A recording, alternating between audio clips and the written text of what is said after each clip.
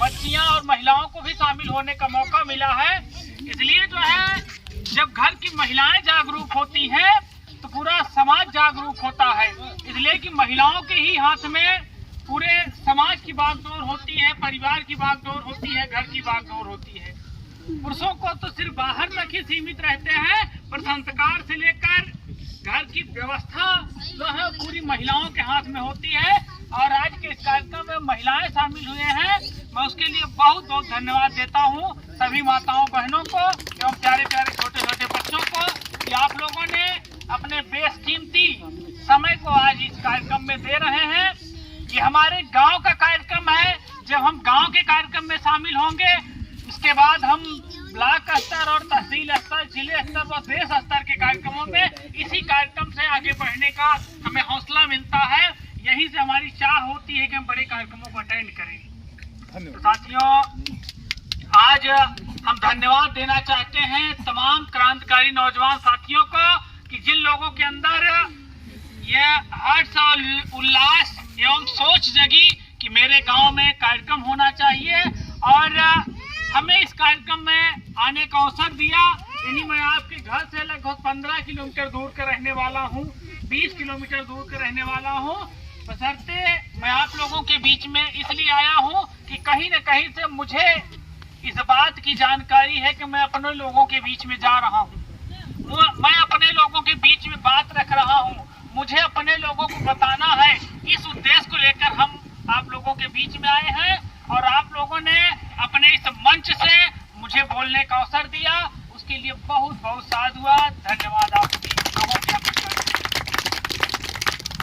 साथियों, इस छोटे छोटे कार्यक्रमों से बड़ी बड़ी जागृतियां होती हैं, इसलिए कि पता नहीं कौन से शब्द हमारे दिल में लग जाए और हमारा भविष्य बदल जाए। जैसे भी मास्टर साहब हम लोगों के बीच में आए थे, मास्टर साहब ने बच्चों को काफी भेंट करते हुए तमाम माताओं के बीच में, बहनों के बीच में खड़े होकर लोगों को संबोधित किया कि हम खाना भले कम खाएं लेकिन बच्चों को ज्यादा पढ़ाएं। और यह कोई नई बात नहीं है साथियों, मैं बताना चाहता हूं आज जो लोग भी बढ़े हैं समाज में, कहीं न कहीं उनके परिवार के लोग कष्ट सहे हैं। कष्ट सहने की वजह से आज वह समाज सुखमय है, वह परिवार सुखमय है। क्योंकि जिस बाबा साहब अम्बेडकर की हम लोग बात करते हैं, जिसको पूरा विश्व पूज रहा है, बाबा साहब अम्बेडकर एक ऐसे व्यक्ति थे जिनकी जीवनी को पढ़ेंगे हम आप तो हमारे आपके आंखों से आंसू निकलने लगते हैं। बाबा साहब अम्बेडकर बहुत अच्छा खाकर नहीं जाते थे।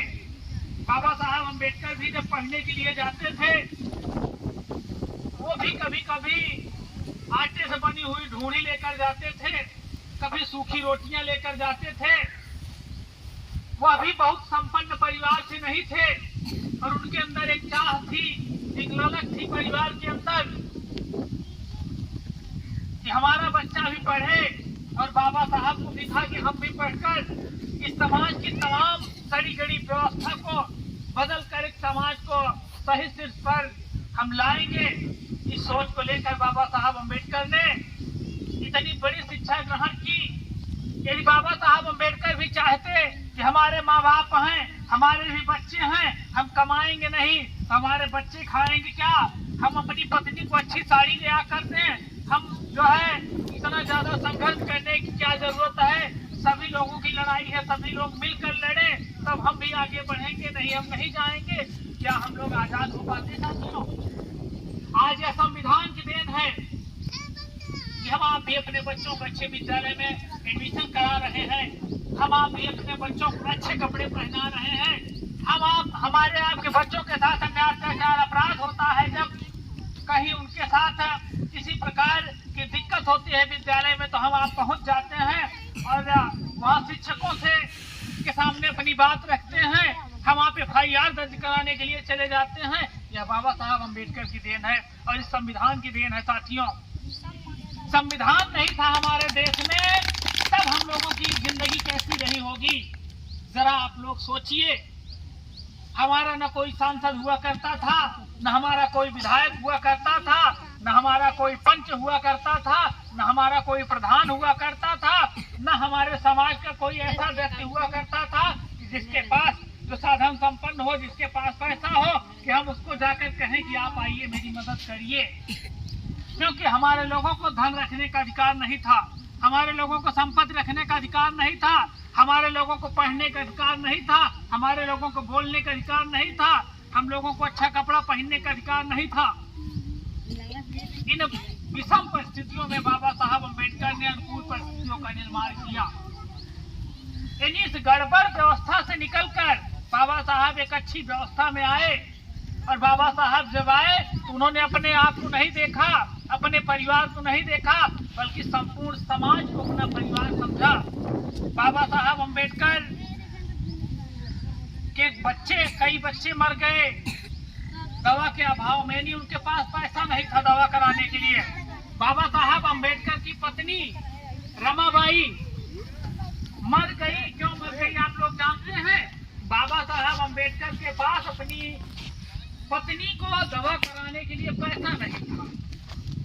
आज हम लोगों के जेब में हाथ डाला जाए तो 50 रुपए तो कम से कम होगा ही, लेकिन बाबा साहब अम्बेडकर के जेब में 50 रुपए भी नहीं था कि अपने बच्चों को कफन दे सके। साथियों, इन विषम परिस्थितियों से लड़ते हुए आज अनुकूल परिस्थितियों का निर्माण किया है कि आज हमारे लोग पढ़ लिख कर डॉक्टर, मास्टर, इंजीनियर, वकील, IAS, IPS बन रहे हैं। फिर भी इसी समाज के तमाम गधे टाइप के लोग कहते हैं कि बाबा साहब ने क्या किया।